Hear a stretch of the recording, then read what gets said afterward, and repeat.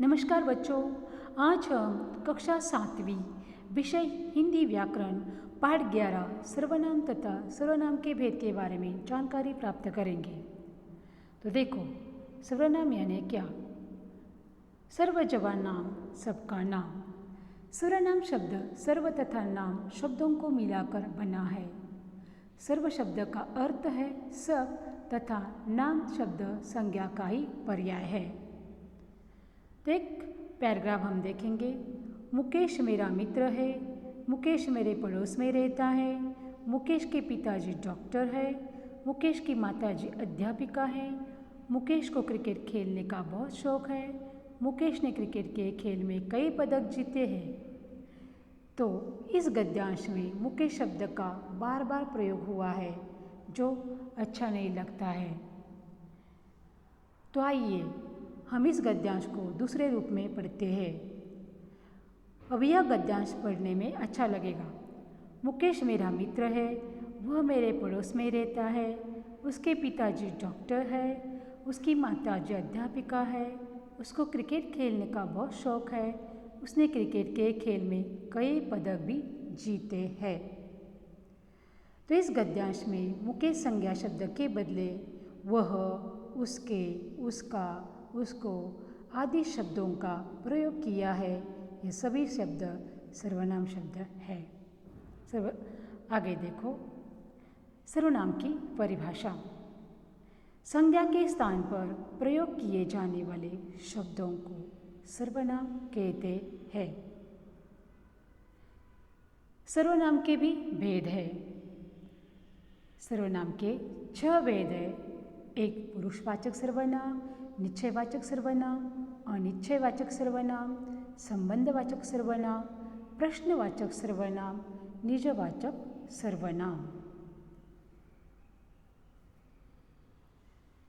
तो पहला है पुरुषवाचक सर्वनाम। जो सर्वनाम वक्ता, श्रोता तथा किसी अन्य व्यक्ति के लिए प्रयुक्त होता है, उसे पुरुषवाचक सर्वनाम कहते हैं। जैसे मैं, हम, तू, तुम, आप, वह, वे पुरुषवाचक सर्वनाम के उदाहरण हैं।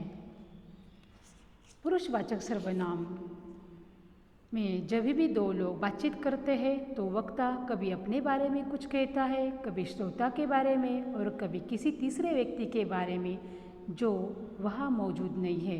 इन तीनों ही स्थितियों में वक्ता द्वारा अपने लिए, श्रोता के लिए और उस तीसरे अनुपस्थित व्यक्ति के लिए जिन सर्वनाम शब्दों का प्रयोग किया जाता है वे पुरुषवाचक सर्वनाम कहलाते हैं। तो पुरुषवाचक सर्वनाम के भी 3 भेद होते हैं। तो पहला है उत्तम पुरुषवाचक, दूसरा मध्यम पुरुषवाचक और तीसरा है अन्य पुरुषवाचक सर्वनाम। उत्तम पुरुषवाचक सर्वनाम जिन सर्वनामों का प्रयोग वक्ता अपने नाम के स्थान पर करता है वे सर्वनाम उत्तम पुरुष के सर्वनाम से कहलाते हैं। इस वर्ग के अंतर्गत एक वचन में मैं तथा मैं के सभी रूप तथा बहुवचन में हम तथा हम के सभी रूप आते हैं। वक्ता यानी बोलने वाला, तो उसके उदाहरण है मैं, हम। तो मैं कक्षा 6 का छात्र हूँ। मैंने काम कर लिया है।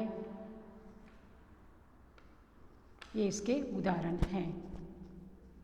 दूसरा है मध्यम पुरुषवाचक सर्वनाम। वक्ता द्वारा श्रोता के नाम के स्थान पर जिन सर्वनामों का प्रयोग किया जाता है वे मध्यम पुरुष के सर्वनाम कहलाते हैं। इस वर्ग में तू, तुम तथा आप सर्वनाम तथा इनके विभिन्न रूप आते हैं। मध्यम पुरुष में श्रोता यानी सुनने वाले होते हैं। तुम, तुमने, आप उसके उदाहरण हैं। तू यह काम कैसे करेगी? तुम अपना काम करो। आप किससे बात कर रहे थे? ये मध्यम पुरुषवाचक सर्वनाम के उदाहरण हैं। तीसरा टाइप है अन्य पुरुषवाचक सर्वनाम। वक्ता या श्रोता के द्वारा किसी अन्य व्यक्ति के नाम के स्थान पर जिन सर्वनामों का प्रयोग किया जाता है वे अन्य पुरुषवाचक सर्वनाम कहलाते हैं। इस वर्ग में एक वचन के अंतर्गत वह तथा उसके विभिन्न रूप जैसे उसने, उससे, उसमें आदि आते हैं तथा बहुवचन के अंतर्गत वे तथा उसके विभिन्न रूप जैसे उनसे, उनका, उन्होंने आदि आते हैं। तो यह वक्ता और श्रोता के बीच जो उपस्थित नहीं होता है वह, वे, उसे, उन्होंने। आगे देखो, दूसरा प्रकार है निश्चयवाचक सर्वनाम। जिन सर्वनामों से किसी निश्चित वस्तु या व्यक्ति का पता चलता है वे निश्चयवाचक सर्वनाम कहलाते हैं। जो सर्वनाम निकट या दूर की किसी वस्तु की ओर संकेत करे उसे निश्चयवाचक सर्वनाम कहते हैं। जैसे यह पास की वस्तु के लिए, वह दूर की वस्तु के लिए। उदाहरण, यह लड़की है, ये हिरन है, वह पुस्तक है, वे बाहर गए हैं। आगे देखो, निश्चयवाचक के उदाहरण, यह मेरी पतंग है। तो ये निकटवर्ती शब्दों के लिए है। दूसरा है, वे चंचल बच्चे बहुत प्यारे लग रहे हैं। तो ये दूर के वस्तु के लिए प्रयोग में लाया गया उदाहरण है। तीसरा प्रकार है अनिश्चयवाचक सर्वनाम। जब किसी व्यक्ति या वस्तु के बारे में यह निश्चय न हो कि वह व्यक्ति कौन है या वह वस्तु क्या है, तब जिन सर्वनामों का प्रयोग किया जाता है वे अनिश्चयवाचक सर्वनाम कहलाते हैं। नाम से किसी निश्चित व्यक्ति या पदार्थ का बोध नहीं होता उसे अनिश्चयवाचक सर्वनाम कहते हैं। जैसे कोई प्राणीवाची, कुछ अप्राणीवाची। उदाहरण, बाहर कोई है, मुझे कुछ नहीं मिला। शायद कमरे के अंदर कोई है, मुझे खाने के लिए कुछ दीजिए। ये उसके उदाहरण हैं। आगे देखो, अनिश्चयवाचक सर्वनाम में बाहर कोई खड़ा है, इसमें कोई अनिश्चयवाचक सर्वनाम है। दूसरा उदाहरण देखो, लगता है यह कुछ हो गया है इसलिए बाजार बंद है। यह कुछ अनिश्चय सर्वनाम है। तो इसमें कुछ, कोई ये अनिश्चयवाचक सर्वनाम के उदाहरण हैं। चौथा प्रकार है प्रश्नवाचक सर्वनाम। कई बार किसी व्यक्ति या वस्तु के बारे में मन में प्रश्न उठते हैं कि वह व्यक्ति कौन है या वह वस्तु क्या है। ऐसी स्थिति में उस व्यक्ति या वस्तु के स्थान पर हम प्रश्नवाचक सर्वनामों का प्रयोग करते हैं। जिस सर्वनाम से किसी प्रश्न का बोध होता है उसे प्रश्नवाचक सर्वनाम कहते हैं। जैसे कौन प्राणीवाची, क्या अप्राणीवाची के लिए। उदाहरण, तुम कौन हो, तुम्हें क्या चाहिए। पांचवा प्रकार है संबंधवाचक सर्वनाम। जिन सर्वनामों से मिश्र वाक्य के आश्रित उपवाक्यों को प्रधान उपवाक्य के साथ जोड़ने का कार्य किया जाता है उन्हें संबंधवाचक सर्वनाम कहा जाता है। जो सर्वनाम किसी दूसरी संज्ञा या सर्वनाम से संबंध दिखाने के लिए प्रयुक्त हो उसे संबंधवाचक सर्वनाम कहते हैं। जैसे जो, वह प्राय मिश्र वाक्य में आता है। जिसकी, जो, जिसने, जैसा, वैसा। उदाहरण, तुम्हारे पास जो पेन या कलम है वो मेरी है। जो जैसा करेगा वैसा भरेगा। आगे देखो, जैसा बोओगे वैसा काटोगे। जिसने चोरी की वो पकड़ा जाएगा। इसमें जैसा और वैसा संबंधवाचक सर्वनाम है। जिसने, वह, ये भी संबंधवाचक सर्वनाम है। यह जिसकी लाठी उसकी भैंस। जैसा, वैसा, जिसने, वह, जिसकी, उसकी, ये सब संबंधवाचक सर्वनाम के उदाहरण हैं। आगे देखो, निजवाचक सर्वनाम। निज शब्द का अर्थ होता है अपना। निजवाचक सर्वनाम वे सर्वनाम है जिनका प्रयोग वक्ता के द्वारा वाक्य के कर्ता के लिए किया जाता है।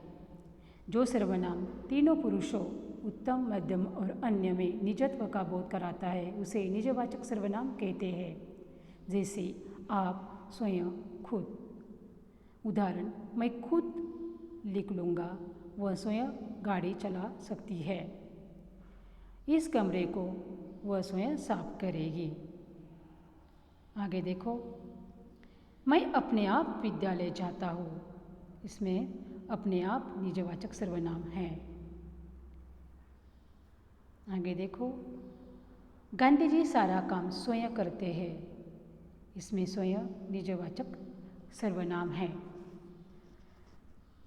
तो देखो, आज हमने क्या सीखा? संज्ञा के स्थान पर प्रयुक्त होने वाले शब्दों को सर्वनाम कहते हैं। सर्वनाम के 6 भेद होते हैं: पुरुषवाचक, निश्चयवाचक, अनिश्चयवाचक, प्रश्नवाचक, संबंधवाचक तथा निजवाचक। वक्ता द्वारा अपने लिए, श्रोता के लिए और उस तीसरे अनुपस्थित व्यक्ति के लिए जिन सर्वनाम शब्दों का प्रयोग किया जाता है वे पुरुषवाचक सर्वनाम कहलाते हैं। पुरुषवाचक सर्वनाम के भी 3 भेद होते हैं: उत्तम पुरुष, मध्यम पुरुष तथा अन्य पुरुष। उत्तम पुरुष सूचक सर्वनाम है मैं, हम। मध्यम पुरुषवाचक सर्वनाम है तू, तुम, आप तथा अन्य पुरुष सूचक सर्वनाम है वह, वे। तीसरा प्रकार है निश्चयवाचक सर्वनाम। यह वह जो किसी वस्तु या व्यक्ति की ओर निश्चित संकेत करते हैं। अनिश्चयवाचक सर्वनाम कोई, कुछ। इनसे किसी निश्चित व्यक्ति, वस्तु का पता नहीं चलता।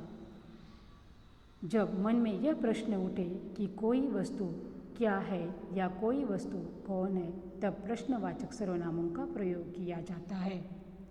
इसके अंतर्गत कौन तथा क्या, कौन सा, कौन सी सर्वनाम आते हैं। वो है वस्तु के लिए। और व्यक्ति के अंतर्गत आता है कौन। 2 उपवाक्यों को जोड़ने का कार्य करने वाले सर्वनाम संबंधवाचक सर्वनाम कहलाते हैं। इसके अंतर्गत जो, जिस सर्वनाम आते हैं।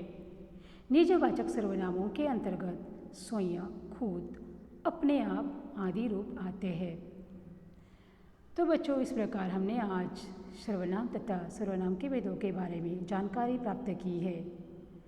आपको ये पाठ समझा होगा ऐसी मैं आशा करती हूँ। धन्यवाद बच्चों।